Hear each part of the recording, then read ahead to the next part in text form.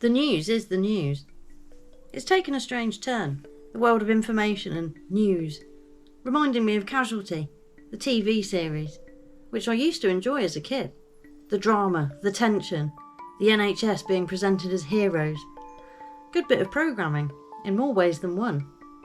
But it was a good watch, for a time. I started to go off it when a change to the setup happened, and it took me a while to notice.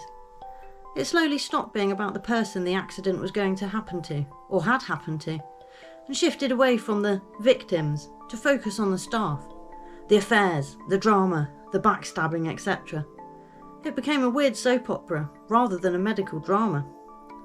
And although I spent time watching soap operas too in my youth, the constant, crappy and hectic drama of fictitious people eventually made me wonder why I wasted my time watching it, so stopped. As you get older, you start to see a lot more of that hectic drama in real life and people, so no need for a fictional version to run alongside that. But by switching the setup to be about the staff rather than the patient lost me. It was no longer interesting. Anchorman 2, the film. I liked both of them, funny and quite ridiculous, but the sequel was interesting, showing how, on a basic level, when you can't get the scoop or find any real news to report, you either make it up or you be the news. The news becoming the news. And we were on the brink of it, after we went for multiple 24-hour news channels, more newspapers than you really need, constant drivel and information intermingled and filtered through to the masses. And filtered it is. Even the instantaneous internet world is edited and filtered, checked and restricted. So, there is still an overall editor calling the shots and deciding what is fit for public consumption. Or not in some cases, but they go with it anyway. No longer on the brink though.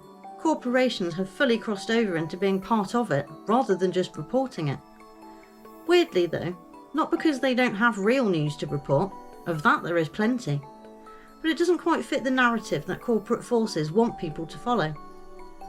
And as we know, once you become the observed, you are no longer the observer, and you can't be both.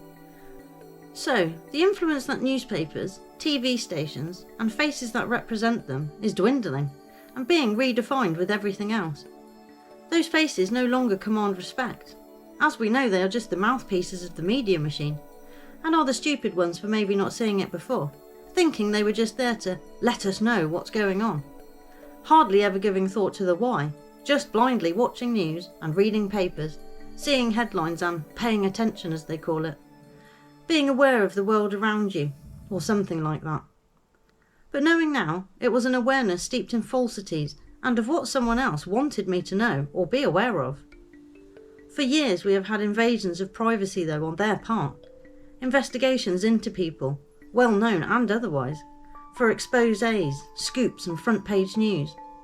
However, it seems to have taken a strange turn in the last round of news being the news, and when it's their own, or them being used for news fodder, suddenly it becomes a topic to discuss about rights and privacy.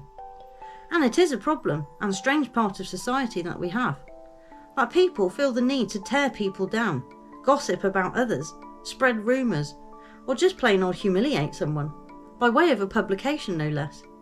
Why are we like that as a species? Taking delight in other people's misfortune and wanting to see people fail, hoping instead you make it? And then what? Have everyone wishing you had failed instead of being happy for you? It's an odd thing, and I get a smile on my face when I see someone else do good, or have a happy moment.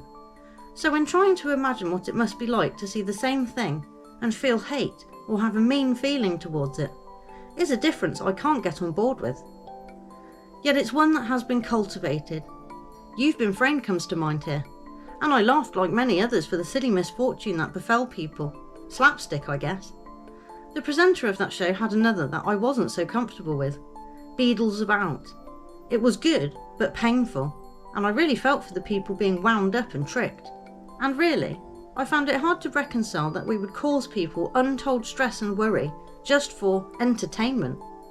All laughing at the end when they revealed it was all a joke, but there being a strange tension of, but what if they had died? But what if they had flipped out and hurt someone? I didn't enjoy watching it in the end, as it was screwing with what I believed were real people, real lives, and their emotions. That wasn't entertainment for me personally, and carried over into other programming.